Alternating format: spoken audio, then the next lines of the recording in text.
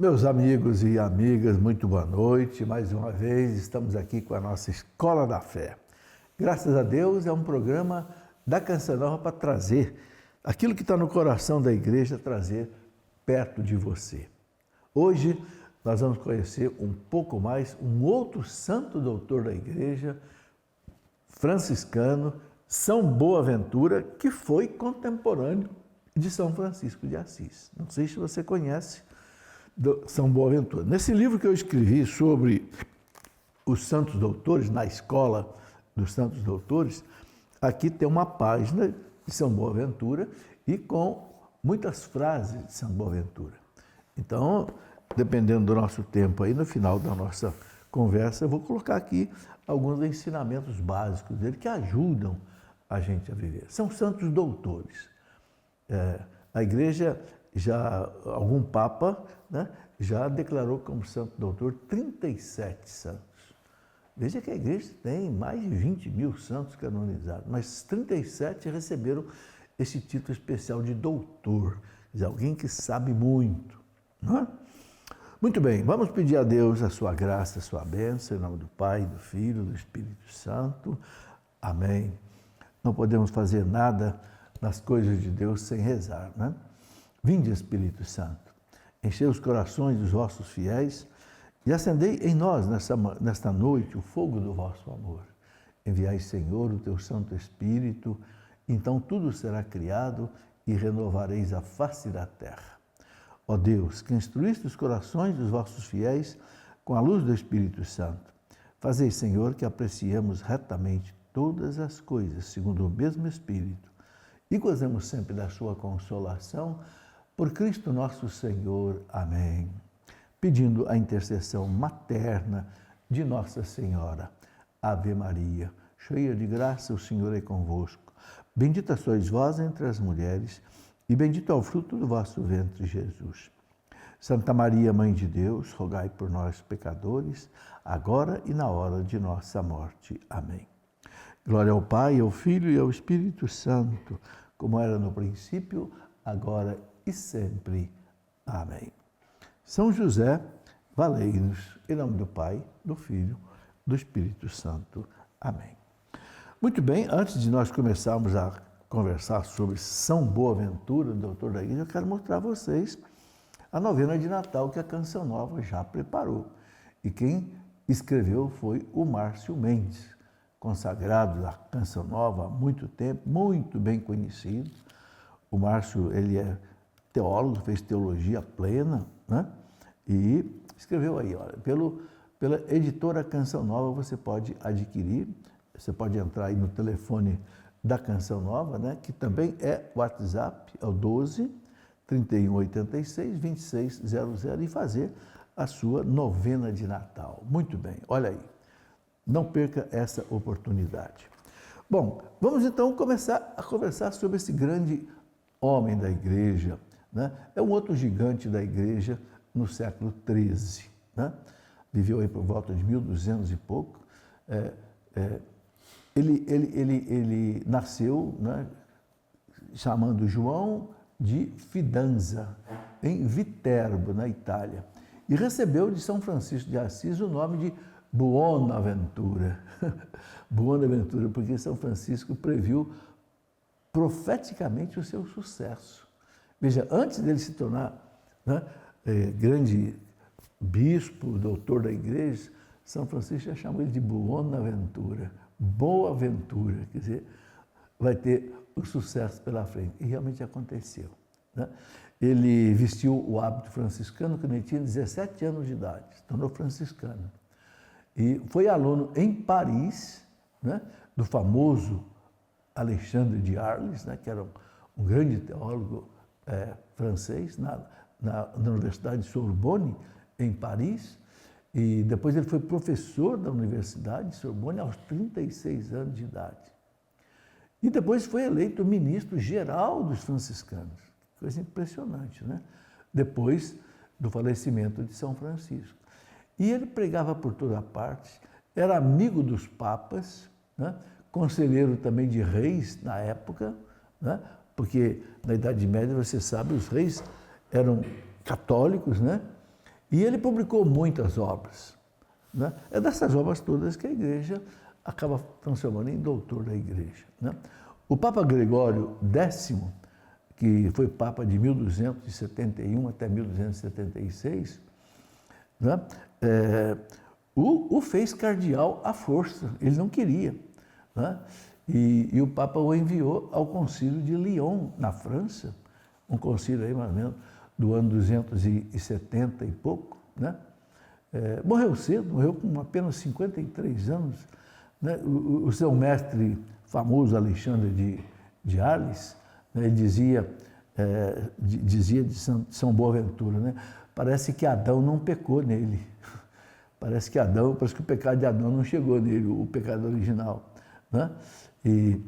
Então, com ele, sabe, a teologia mística especulativa atingiu, assim, um ponto muito alto na igreja, né? Dessa especulação dele mística que eu penso que levou ele a ser declarado doutor da igreja. Bom, nas suas catequeses, né, em março de 2010, o Papa Bento XVI, ele fez uma alocução que ele falou de São Boaventura, né, que exerceu grande influência na formação do Papa Bento XVI. Né? Ele disse que São Boaventura foi um homem de ação, de contemplação, de profunda piedade e de prudência também no governo da igreja como bispo. Né? Veja, para o Papa Bento XVI destacá-lo, né, realmente foi muito importante. Um episódio que aconteceu quando São Boaventura ainda era jovem, marcou profundamente a vida dele. Como ele mesmo narra, ele tinha sido atingido por uma grave doença, né?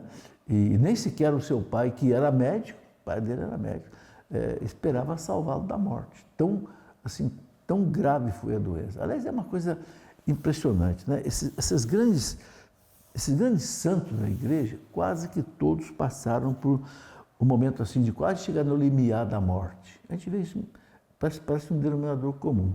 Parece que o mal quer tirar esses homens da igreja. Bom, então, diante dessa doença muito grave, o próprio pai, que era médico, não conseguia tratar dele, então a sua mãe recorreu à intercessão de São Francisco de Assis. Olha que interessante, quando ele era pequeno, São Francisco já existia, né? Que São Francisco, na verdade, já tinha sido canonizado há pouco tempo. Então a mãe recorreu a São Francisco de Assis. Então, né? E João ficou curado, né? O nome dele era João, né? Ficou curado e assim ele escreveu depois, mais tarde, numa carta que ele mandou para um frade, né?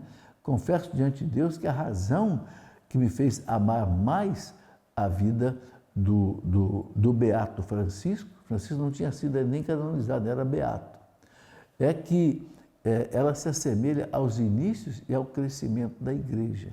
Ele achava que a vida de São Francisco era como a vida da igreja, né? A igreja cresceu assim devagarinho, né? Começou ali em Jerusalém, se espalhou, foi para Roma, tá? Hoje está no mundo inteiro.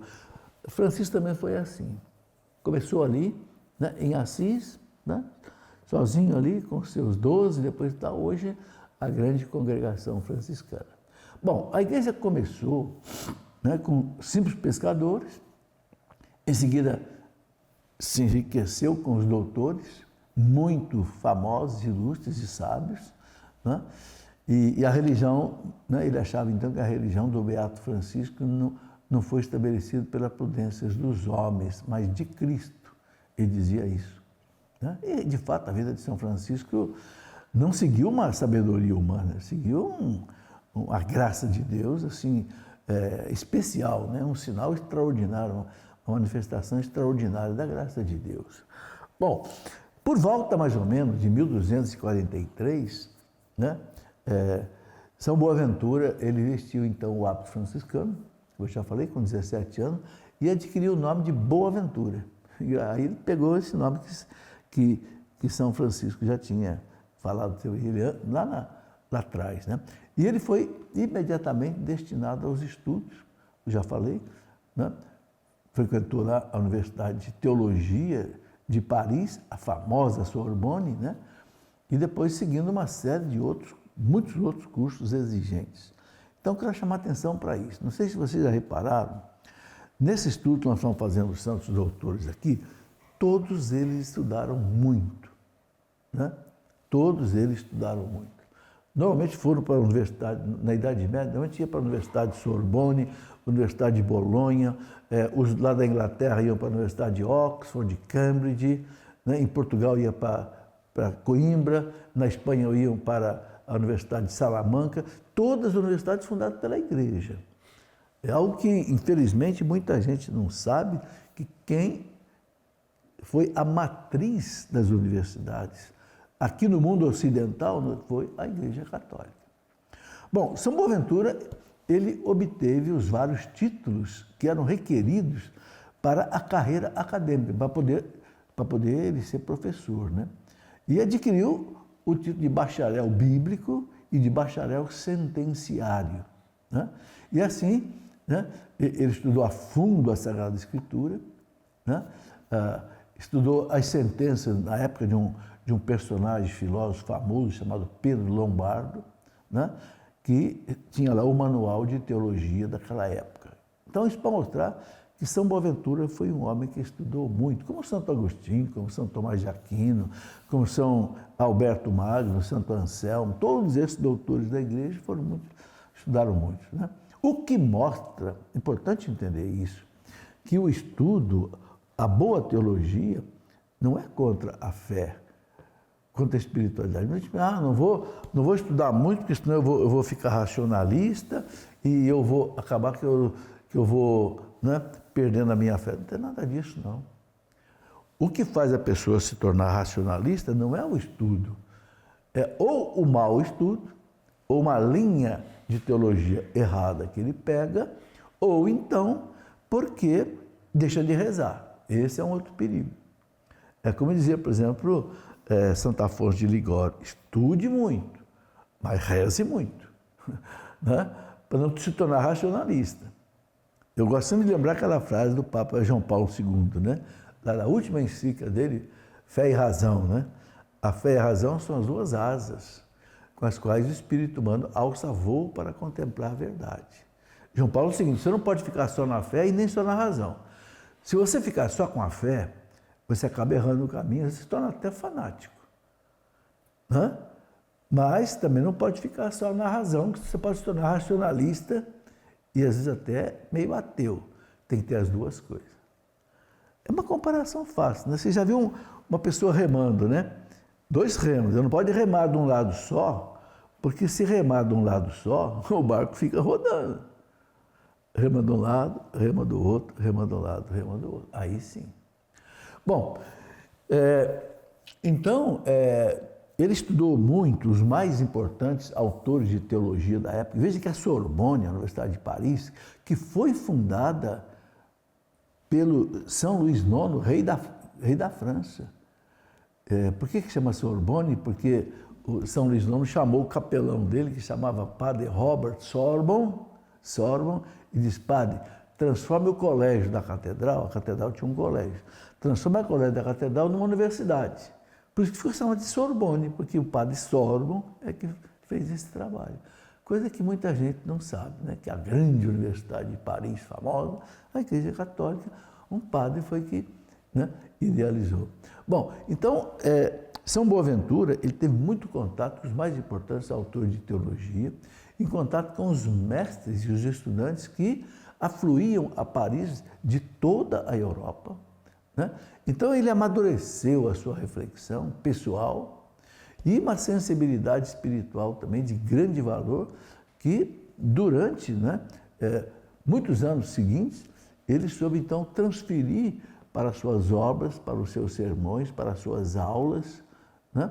Tornando-se assim um dos teólogos mais importantes da história da Igreja. Olha, gente, quem diz isso? Papa Bento XVI. São Boaventura se tornou um dos teólogos mais importantes da história da Igreja. Pode colocar ao lado aí de Santo Agostinho, de São Tomás de Aquino, de Santo Anselmo, Santo Alberto Magno, né? Santo Ambrósio de Milão e outros, né? Bom, então o título da tese que ele defendeu para ele ser habilitado ao ensino de teologia na Universidade de Sorbonne tinha o seguinte título: Questões sobre o conhecimento de Cristo. Olha o foco da tese dele, podemos dizer uma tese de doutorado, né? Questões sobre o conhecimento de Cristo. Aí, Santo Alberto Magno, ele soube também como São Tomás de Aquino, que era quase contemporâneo dele, sabiam usar a filosofia a serviço da teologia, ou seja, a razão, a filosofia, para entender melhor a revelação de Deus. Sabia fazer isso.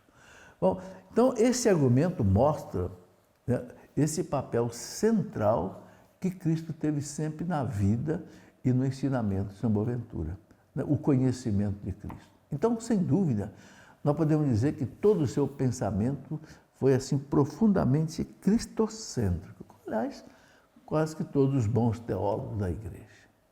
Beleza, vamos fazer o nosso intervalo e a gente volta já para continuar aqui. Muito bem, já estamos de volta hoje com a nossa Escola da Fé e hoje estamos conversando sobre um santo muito importante, São Boaventura, né? Doutor da igreja, bispo, ele foi superior da obra franciscana depois da morte de São Francisco de Assis. E foi São Francisco de Assis que o chamou de Boaventura, né? Boaventura. E depois ele assumiu esse nome. O nome dele não era Boaventura, ele assumiu esse nome, né? Quase que uma profecia, né? de São Francisco. Quero mostrar esse livro que eu escrevi, né? Na Escola dos Santos Doutores, que aqui tem um capítulo sobre ele. Claro, os Santos Doutores. E aqui eu coloco aqui um resumo da vida dele, depois uma série de pensamentos dele, que depois, no final, quero ver se eu coloco alguma coisa aqui sobre isso. Então, eu estava dizendo que São Boaventura, ele estudou muito, né? Conheceu os homens mais importantes de teologia do tempo dele, né? E a teologia dele é extremamente cristocêntrica, centrada em Cristo. Bom, antes de continuar, eu queria só lembrar você o seguinte, olha, me dá licença para um intervalo aqui, um parênteses aqui. Não esqueça que a Canção Nova precisa da sua ajuda. Olha, só esse programa aqui tem quase 30 anos. 30 anos, toda semana, você recebendo aí um conteúdo que está no coração da igreja para a sua edificação espiritual. Quanto vale isso, gente? Gratuitamente você recebe isso na sua casa. Que coisa maravilhosa, né? Então, seja fiel a Deus. Retribua. Faça a sua contribuição para a canção. O jeito mais fácil hoje é por Pix. pix.doação@cançãonova.com. Pronto, aí você, né? pix.doação@cançãonova.com. Você pode fazer aí a sua doação do valor que você puder, né? Quem tem mais que doe mais, quem tem menos que ajude menos, tá certo? E também a Canção oferece para você hoje uma plataforma extraordinária, o CN Plus ou CN Plus, né? Que é o que? Disponibiliza para você tudo que a Canção Nova praticamente publica. Todas essas aulas, né? Da Escola da Fé, as homilias, tudo, né? As pregações, os eventos. Gente, é um oceano de coisas à disposição. Só você baixar aí, né? Esse aplicativo aí, CN Plus, da Canção Nova, você tem. Veja, é para você realmente ser grato a Deus, né? Muito bem, continuando aqui a nossa conversa sobre São Boaventura, eu dizia então que ele foi um estudioso muito profundo, mas assim centrado em Cristo. A tese dele, né, para se tornar professor universitário na Sorbonne foi exatamente isso, o conhecimento de Cristo. E naqueles anos em Paris, se desencadeava uma polêmica violenta contra os frades menores de São Francisco de Assis e também contra os frades pregadores de São Domingo de Gusmão. Desencadeou-se uma polêmica violenta. Sabe, essas polêmicas às vezes surgem por inveja, por ciúme, como a gente vê, por exemplo, na atualidade também, né? com relação, por exemplo, ao Opus Dei, né?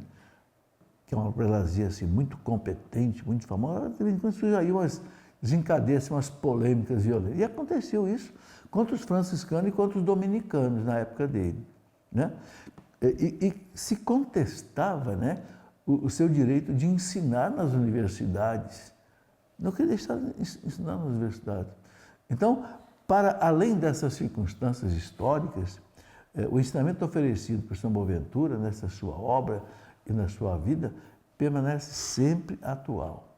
Né? Ele enfrentou essas perseguições todas, mas é aquela história, né? Quando você tem competência, quando você tem sabedoria, você passa por cima dessas coisas, né?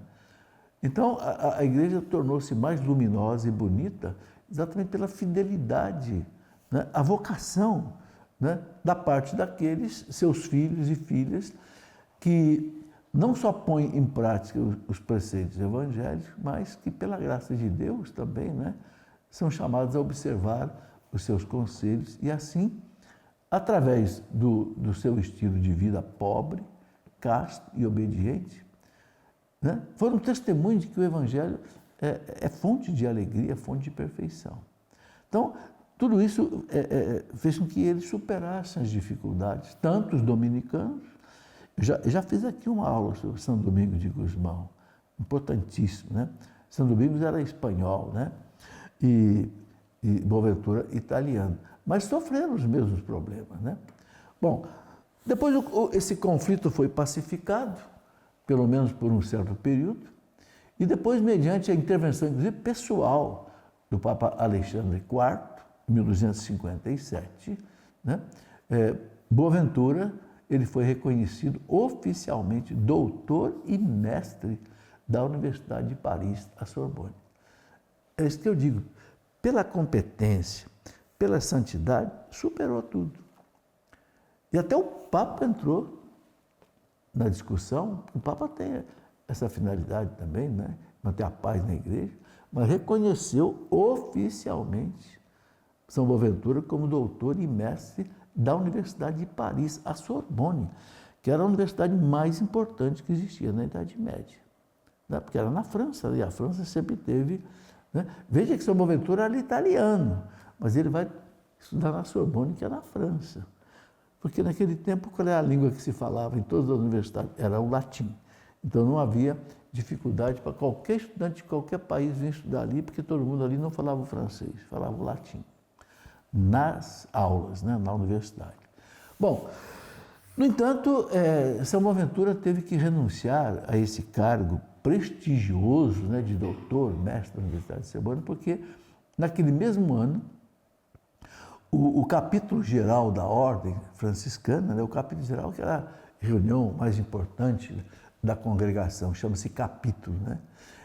Esse capítulo o elegeu ministro geral, ou seja, superior geral dos franciscanos. Aí, evidentemente, ele teve que deixar um pouco as atividades dele na Sorbonne. Então, ele desempenhou esse cargo, né, de ministro geral superior durante 17 anos, com muita sabedoria, dedicação, visitando todas as províncias franciscanas, né, escrevendo para os irmãos e intervindo, por vezes, até com uma certa severidade, para eliminar abuso.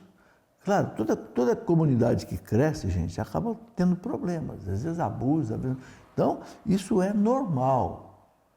Isso você pode ver que em todas as congregações, mas sempre aí vem a pessoa, a presença importante do superior.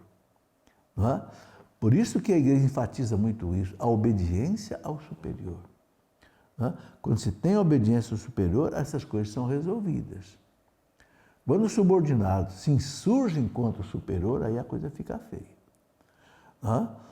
Eu me lembro de uma passagem dos ensinamentos, né, de São Maximiano Maria Kolbe. Ele dizia: a única vez que um subordinado não deve obedecer ao superior é se ele estiver agindo contra a lei de Deus. Aí não. Aí você não vai obedecer ao superior. Mas, fora disso, tem que obedecer. Bom, então, quando Boaventura, né, ele não era santo, ele deu início a esse serviço, Então, a Ordem dos Frades Menores desenvolveu-se de modo prodigioso. Engraçado, cresceu mais do que no tempo de São Francisco, né? Contava-se mais de 30 mil frades no Ocidente, Norte da África, Oriente Médio e até em Pequim.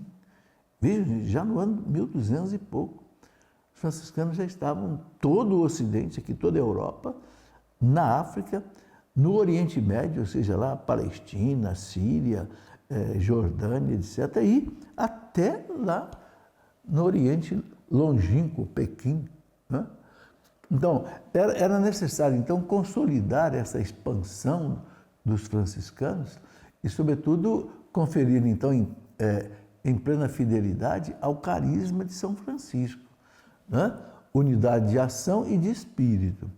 Que o mais importante de uma congregação, de uma obra religiosa, é não perder o carisma do fundador. Porque se perde o carisma de fundador, você perde a coluna vertebral da instituição. Perde o quê? Aquilo que foi a vontade de Deus para aquela instituição. Então, o que São Boaventura fez foi exatamente manter plena fidelidade ao carisma de São Francisco, que era unidade na ação e de espírito.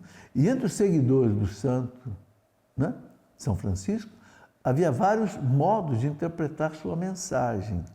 E existia o risco de uma ruptura interna. São Boaventura enfrentou isso, o risco de uma ruptura interna dentro dos franciscanos.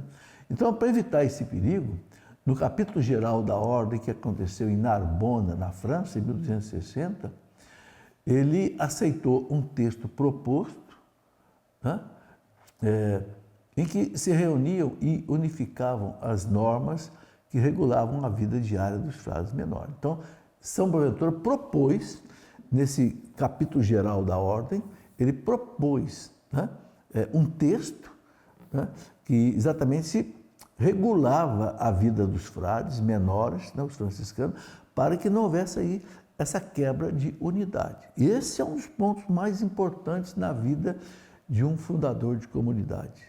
Não permitir divisão interna. Porque a gente sabe o seguinte, a grande arma do demônio é a divisão interna. Não é? Até os estrategistas militares sabem, vamos dividir para dominar. Né? Tudo que Jesus colocou para os apóstolos no final da Santa Ceia, aquela oração sacerdotal do capítulo 17 de São João, né? Pai, que todos sejam um, como eu e tu, nós somos um. Porque a unidade... Então, São Boaventura ele teve que enfrentar muito isso, né? Ele quis, desse texto dele que ele apresentou no capítulo de 1260, ele apresentou o carisma genuíno de São Francisco, a sua vida e o seu ensinamento, né? Ele reuniu, então, com grande zelo, documentos relativos a São Francisco. Olha que coisa importante. Foi lá nos ensinamentos de São Francisco, né? E ouviu com atenção, né, as recordações daqueles que tinham conhecido São Francisco diretamente. Porque tinha gente que estava viva. Então, olha que coisa importante. Olha que orientação importante para os que são sucessores, né, de um fundador de congregação. Volte aos escritos do fundador. Volte ao espírito fundador. Como São Boaventura fez com os franciscanos. Isto é uma coisa muito importante. Entende? Para que você não perca o carisma, ou seja, o dom especial para aquela obra, né? Então, daqui nasceu, inclusive, uma biografia de São Francisco de Assis, bem fundamentada, sob o ponto de vista histórico, né? Que ficou intitulada Legenda Maior, né? E abreviada e chamada também de Legenda Menor. Surgiram a Legenda Maior completa e uma Legenda Menor. Mas veja, um trabalho que o sucessor de São Francisco, né, fez sobre a obra dele. Isso é muito interessante. Então, o capítulo geral dos frades menores de 1963, o próximo, já reconheceu a biografia de São Francisco que São Boaventura escreveu. E se tornou, então, para os franciscanos, a biografia oficial de São Francisco de Assis. Então, quem quiser conhecer profundamente São Francisco de Assis, ela a biografia que São Boaventura escreveu, né, como sucessor dele, depois de um trabalho certamente de pesquisa, não só em cima dos escritos de São Francisco de Assis, mas em cima com relato de pessoas que conheceram São Francisco de Assis. Está aí. Muita gente quer conhecer bem São Francisco de Assis, está aí uma deixa importante. Bom, qual é a imagem de São Francisco que sobressai, né, no coração de São Boaventura? O ponto essencial é o seguinte: Francisco é um alter Christus, é um outro Cristo. Um homem que procurou Cristo apaixonadamente. É isso que São Boaventura mostra na biografia de São Francisco. No amor que impele a imitação de Cristo, conformou-se de modo total com Cristo. Quer dizer, é a verdadeira imitação de Cristo a vida de São Francisco. Bom, depois de 1273, a vida de São Boaventura conheceu outra mudança, porque o Papa Gregório X quis consagrá-lo bispo e nomeá-lo cardeal. Até aqui ele não era nem bispo nem cardeal ainda, né? Mas o Papa teve quase que obrigar ele a aceitar o cardinalato, que ele não queria. Ele queria continuar com o trabalho dele lá mas é tal história, né? A igreja precisa desses homens. Então é muito comum, hoje também acontece isso. Muitas vezes a igreja tira uma pessoa de uma congregação religiosa, não, vem para cá, você vai ser bispo. Você vai ser, entende? Você vai ser cardeal. Né? São Felipe Neri, por exemplo, não aceitou de jeito nenhum. Ele disse que só aceitasse ser cardeal ou bispo se o Papa ameaçasse ele de excomunhão. aí ele aceitaria. Mas o Papa não ameaçou de excomunhão, ele continuou padre a vida inteira. Mas o São Boaventura aceitou ser bispo e aceitou ser cardeal. Né? E aí o Papa pediu para ele também que preparasse um importantíssimo evento da igreja. Né? Mas eu vou falar desse evento da igreja depois do intervalo. Né? Vamos fazer o intervalo e a gente volta aqui para conversar mais um pouco. Muito bem, estamos aqui já no nosso último bloco da nossa Escola da Fé. Antes de eu continuar aqui conversando sobre São Boaventura, bispo, santo, doutor da igreja franciscana, eu vou aproveitar e vou ler uma frase dele aqui. Né? Aqui nesse livro que eu já falei, né? Na Escola dos Santos Doutores, a primeira frase que eu coloquei aqui, dele, diz assim: se Deus dá ao homem somente a graça de poder amá-lo, isso basta. Uma simples velhinha poderá amar a Deus mais do que um professor de teologia. Olha que interessante. Se Deus dá à pessoa a graça de amar, basta. Às vezes uma velhinha, ele disse, né, que não sabe nada de teologia, às vezes pode amar a Deus mais do que um professor de teologia.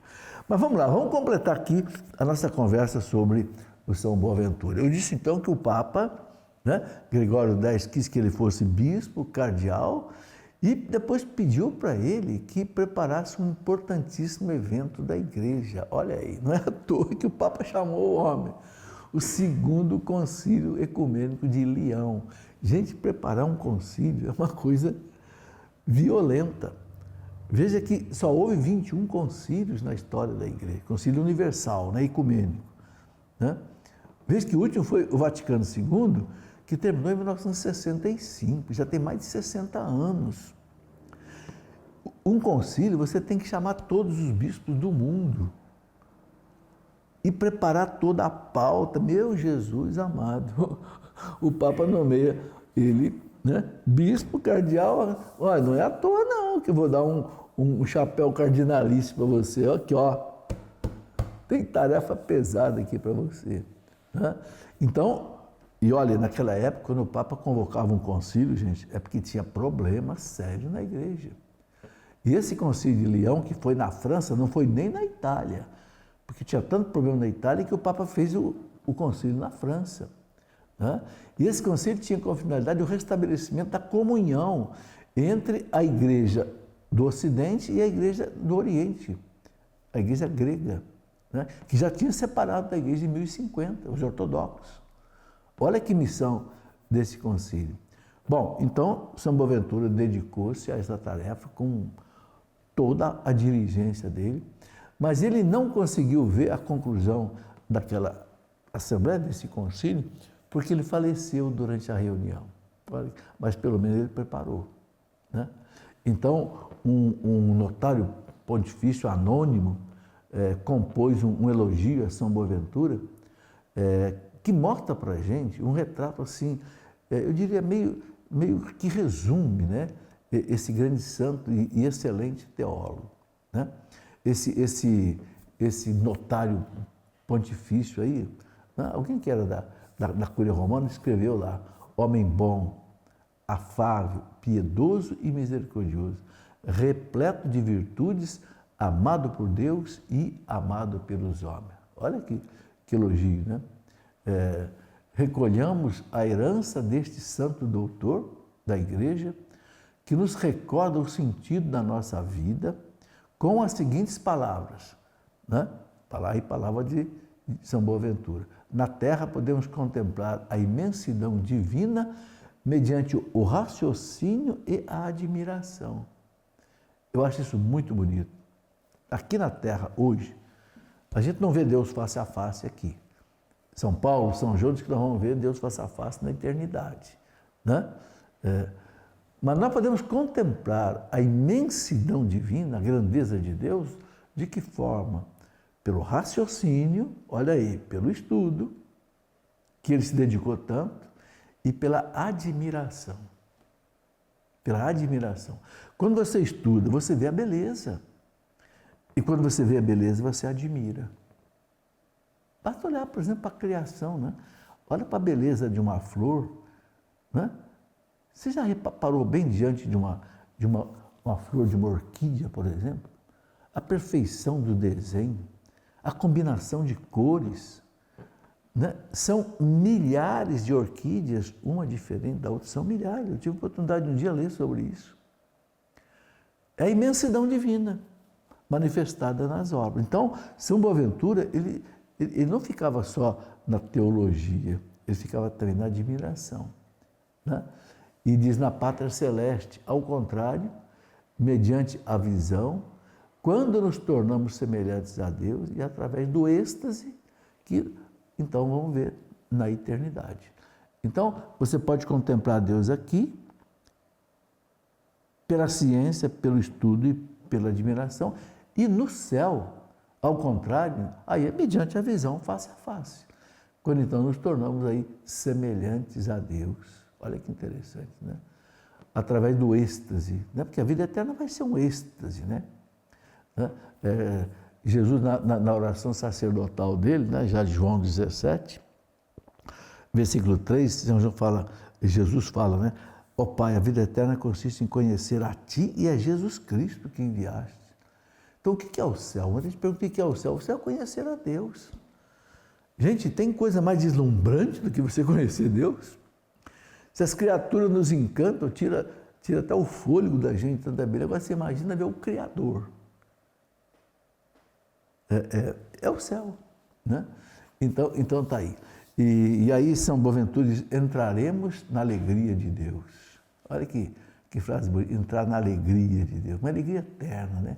Que não vai terminar nunca. Então, na época de São Boaventura, havia uma corrente de frades menores franciscanos chamados, entre aspas, espirituais, que afirmava que seria substituída por uma comunidade carismática de homens livres, guiados interiormente pelo Espírito Santo, eram tais franciscanos espirituais. Foi uma certa cisão dentro dos franciscanos que não queriam seguir bem aquilo que Boaventura tinha colocado, e queriam ser franciscanos, sabe, os carismáticos. O carismático é um perigo se ele se aparta da igreja. É um perigo. Isso aconteceu com os chamados franciscanos espirituais. Então, na base das ideias desse grupo, havia os escritos de um abade que era cisterciense, que se chamava Joaquim de Fiore. que faleceu em 1200 e que cujos escritos foram condenados num dos concílios da igreja. Olha que perigo. Um grupo de franciscanos querendo seguir alguém que teve uma doutrina considerada herética por um concílio, o tal Joaquim de Fiore, que foi antes deles, né? Então, nas suas obras, ele afirmava um ritmo trinitário da história, o tal Joaquim de Fiore, né? E considerava o Antigo Testamento como a era do Pai, seguido pelo tempo do Filho, o tempo da Igreja em seguida, né? E que haveria que esperar ainda a terceira era, a do Espírito Santo. Quer dizer, começou a criar uma teologia confusa. E assim toda a história devia ser interpretada como uma história de progresso, da severidade do Antigo Testamento, a relativa liberdade do tempo do Filho de Jesus na igreja, até a plena liberdade dos filhos de Deus no período do Espírito Santo. Mas essa liberdade dos filhos, que liberdade é essa? Fora das normas da igreja? Né? Então, seria o período de paz entre os homens, da reconciliação dos povos, das religiões. Quer dizer, essas utopias que de vez em quando surgem até dentro da igreja. Então, esse Joaquim de Fiore, ele julgava reconhecer em São Francisco de Assis o iniciador do novo tempo. E na sua ordem, né, a comunidade do templo do Espírito Santo, que deixava atrás de si a igreja hierárquica. Olha o perigo aí. Que deixava atrás de si a igreja hierárquica para começar a nova igreja do Espírito desligada das velhas estruturas. Ai, ai, ai, é o rompimento com o passado, que nunca pode acontecer na igreja. A igreja tem um passado histórico divino que não pode ser rejeitado. Veja como é que o demônio é sutil, ele é sagaz, ele jogou dentro dos franciscanos esse joio. Então, para responder a esse grupo e dar nova unidade à ordem, São Boaventura estudou com atenção, por isso que ele foi estudar os escritos autênticos, não só de São Francisco, mas agora de Joaquim Fiore. Ele se debruçou porque esse Joaquim Fiore era um frade cisterciense famoso, que fez escola. Então, São Boaventura foi estudar lá a obra desse herege. Enfrentou o problema e viu logo que com a concepção espiritualista inspirada por Joaquim de Fiore, a ordem não era governável e rumava para a anarquia. Olha que coisa. São Boaventura percebeu isso. E aí ele rejeitou a ideia desse ritmo trinitário da história de Joaquim de Fiore, né? E ele colocou que Deus é um para toda a história e não se divide em três divindades, onde cada uma rege um tempo, e, portanto, a história é uma só, embora seja um caminho e um caminho de progresso. Segundo, ele colocou o seguinte: não existe outro evangelho mais excelso do que esse que nós temos aí, que o Joaquim de Fiore preconizava. Não há outra igreja a esperar. Não há... Gente, hoje acontece isso também, viu? Tem esses sede vacantistas aí, achando que a igreja está vaga, que o Papa Francisco não é Papa. Pelo amor de Deus, esse povo está entrando para a linha da excomunhão, da autoexcomunhão. Porque o Código de Direito Canônico fala lá no parágrafo 715, se não me engano, aquele que não se submete ao Papa automaticamente está excomungado da igreja.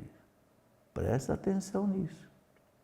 Por isso, né, até a ordem religiosa de São Francisco, disse o São Boaventura, deve inserir-se nesta igreja, na sua fé, no seu ordenamento hierárquico, nada de querer sair da igreja e de... Entende? É uma tentação. Terceira coisa que ele colocou para enfrentar essa dificuldade. Isso não significa que a igreja seja imóvel, fixa no passado e que nela não possa haver novidade. Pode, mas sem romper com o passado. As obras de Cristo não regridem, não vêm a faltar, mas progridem. Então, aí uma coisa muito importante para os dias de hoje. Concílio Vaticano II, olha o que diz São Boaventura. E isso não significa que a igreja seja imóvel. Ser fiel à igreja não quer dizer que a igreja seja imóvel, fixa no passado. E que nela não possa haver novidade. Pode. As obras de Cristo não regridem, não vêm a faltar, mas progridem. Então, o Concílio Vaticano II, muita gente anda dizendo, o Concílio Vaticano II não prestou porque rompeu com o passado e abriu porta para o comunismo. Nada disso aconteceu. É exatamente isso que São Boaventura disse. A igreja não é imóvel, ela não é presa no passado, ela pode ter novidade. Qual foi a novidade do Concílio Vaticano II? Que João XXIII queria o adornamento da igreja. Ou seja, a mesma igreja, o mesmo conteúdo do evangelho, mas apresentado de maneira assim mais clara para o povo. Aí São Boaventura, as obras de Cristo não regridem, não vêm a faltar, mas elas progridem. Então, São Boaventura, ele reconhece os padres da igreja, esses dessa coleção verde aí, né, como mestres para sempre, outra coisa importantíssima. Mas o fenômeno de São Francisco deu a ele a certeza de que a riqueza da palavra de Cristo é inesgotável e que até nas novas gerações podem despontar novas luzes, né? Então, vejam quanta coisa bonita. Para a gente encerrar, eu vou colocar aqui mais um pensamento dele. Olha, aqui tem muitos pensamentos, tá? Aqui, se a gente for ler tudo isso aqui, daria um programa só para isso. Não basta a leitura sem unção. Não basta a especulação sem a devoção. Não basta a pesquisa sem maravilhar-se. Não basta a circunspecção sem o júbilo. Não basta o trabalho sem a piedade. Não basta a ciência sem a caridade. Não basta a inteligência sem a humildade. E não basta o estudo sem a graça. Olha, gente, que orientação para o teólogo, para nós todos que mergulhamos aí um pouco na teologia, né? Eu vou até repetir. Não basta a leitura sem a unção. Você tem que ler com a inspiração do Espírito Santo, né? Com a unção. Não basta a especulação sem a devoção. Não basta a teologia sem a devoção. O amor, né? A igreja, a Deus. Não basta a pesquisa sem maravilhar-se. Você pesquisou, encontrou uma coisa bonita, tem que se maravilhar, tem que louvar a Deus. Não basta a circunspecção sem o júbilo, né? Quando você chega, você, né, chegou e viu a beleza, você tem que entrar num júbilo, né? Gente, isso tudo se torna oração, né? Depois ele diz, não basta o trabalho sem a piedade. Trabalhar para quem? Trabalhar para Deus. Mais do que trabalhar para o seu patrão, você está trabalhando para Deus, para construir o mundo de Deus. Não basta a ciência sem a caridade. Se aprofundou na ciência, vamos dividir isso com os outros. A caridade, né? Não basta a inteligência sem a humildade. Olha aí, a humildade. E nem basta o estudo sem a graça. Então, vejam que esse doutor da igreja colocou realmente assim parâmetros seguros para a gente caminhar na fé e caminhar na razão. É por isso que eu trago aqui, né, um pouco de tudo isso, um pouco, né, de tudo isso da vida desse grande santo bispo, doutor da igreja. Muito bem, se tiver algum diácono aí nos acompanhando, algum sacerdote, então nos dê a bênção de Deus para que tudo isso caia no nosso coração e produza frutos. Em nome do Pai, do Filho e do Espírito Santo. Amém.